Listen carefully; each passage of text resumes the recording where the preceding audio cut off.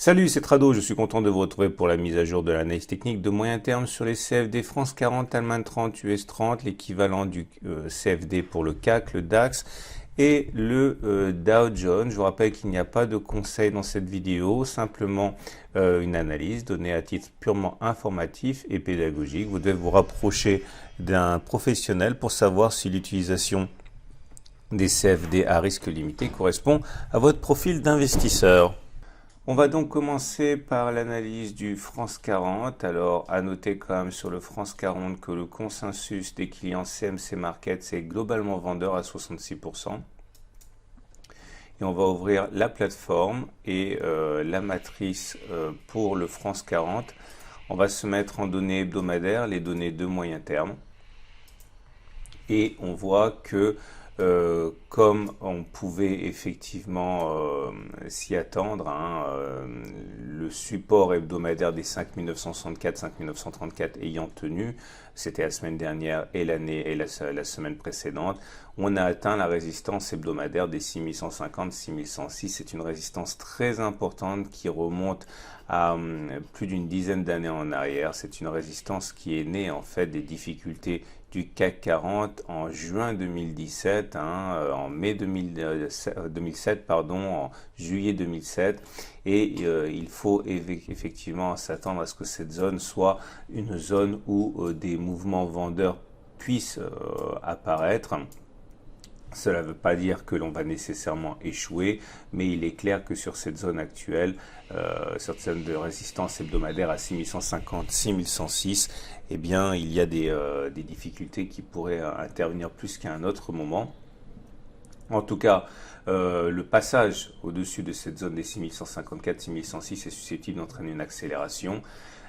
Tout comme un retour sur le support hebdomadaire des 5964, 5934 pourrait susciter l'intérêt des acheteurs. Mais la tendance elle est haussière, pour l'instant vous le voyez, la moyenne mobile à 20 semaines est croissante, la moyenne mobile à 50 semaines est croissante aussi. Et dans ce contexte de tendance haussière, les percussions sur cette résistance des 6150, 6106 n'ont pas lieu a priori de s'arrêter, et il en sera ainsi tant que la tendance sera haussière.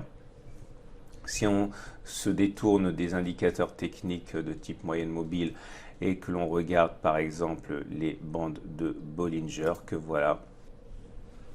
Alors lorsqu'on utilise les bandes de Bollinger, on voit que la Bollinger supérieure monte et que la Bollinger inférieure monte également. On est donc en situation de parallèle haussière qui traduit au regard de cet outil une tendance qui est haussière. Les autres indicateurs techniques maintenant, à commencer par le MACD.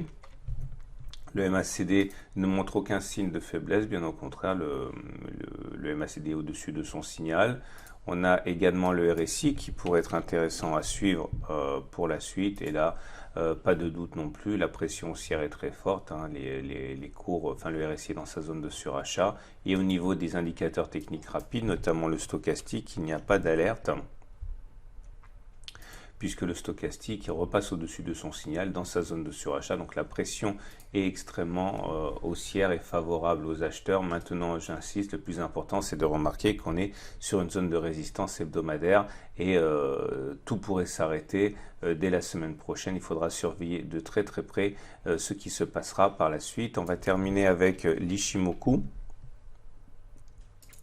Et l'étude de l'Ichimoku montre que la tendance là aussi est très fortement implantée à la hausse, avec un nuage qui est ascendant, la Tenkan qui monte, la Kijun qui monte, donc aucune alerte pour l'instant.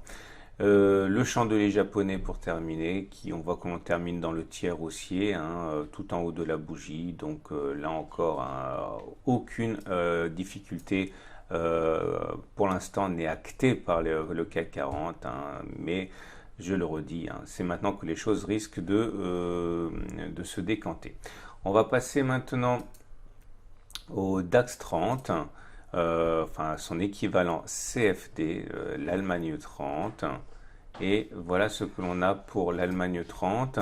On est tout d'abord pour le sentiment client. On est légèrement vendeur, assez sérieusement vendeur, à 68% pour le consensus client CMC Markets.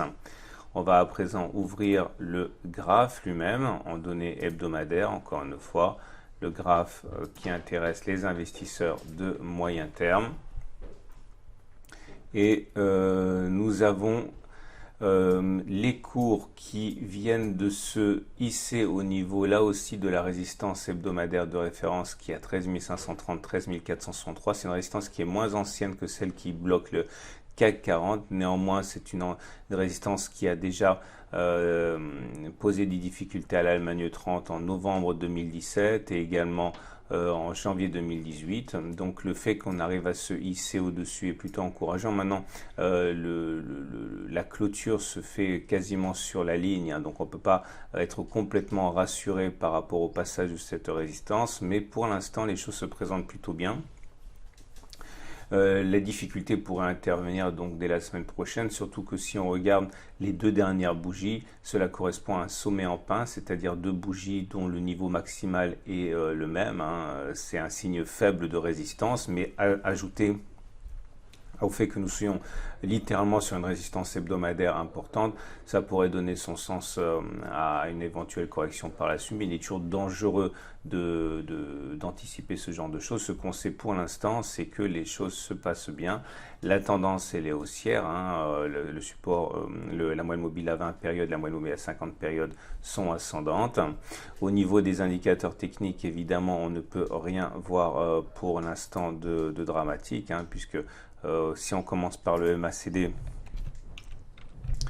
on a une situation où les cours, où le MACD est au-dessus de son signal, donc tout se passe bien. Pour le RSI, c'est la même chose, donc vous allez le voir. On a le RSI qui est dans sa zone de surachat, et au niveau des indicateurs techniques rapides qui laisseraient éventuellement augurer de difficultés d'un point de vue plus précoce, on voit que là aussi tout se passe bien, les cours sont en surachat et au-dessus du signal, donc il n'y a aucun problème à noter pour l'instant. L'Ichimoku,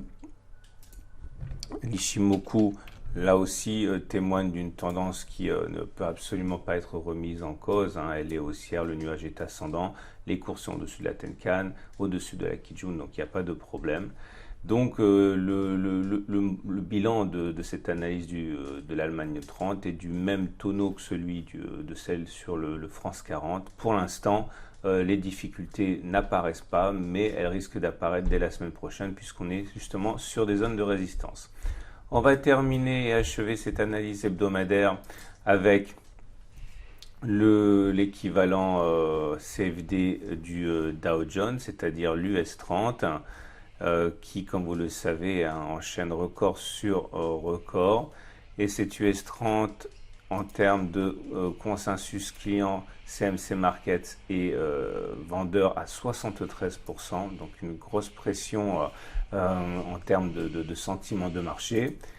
On regarde le graphe en données hebdomadaires comme il se doit, et on va regarder, bon, il est difficile de trouver des résistances, hein, puisque comme vous le savez, on est sur des records historiques. Je représenterai ce triangle un petit peu plus tard.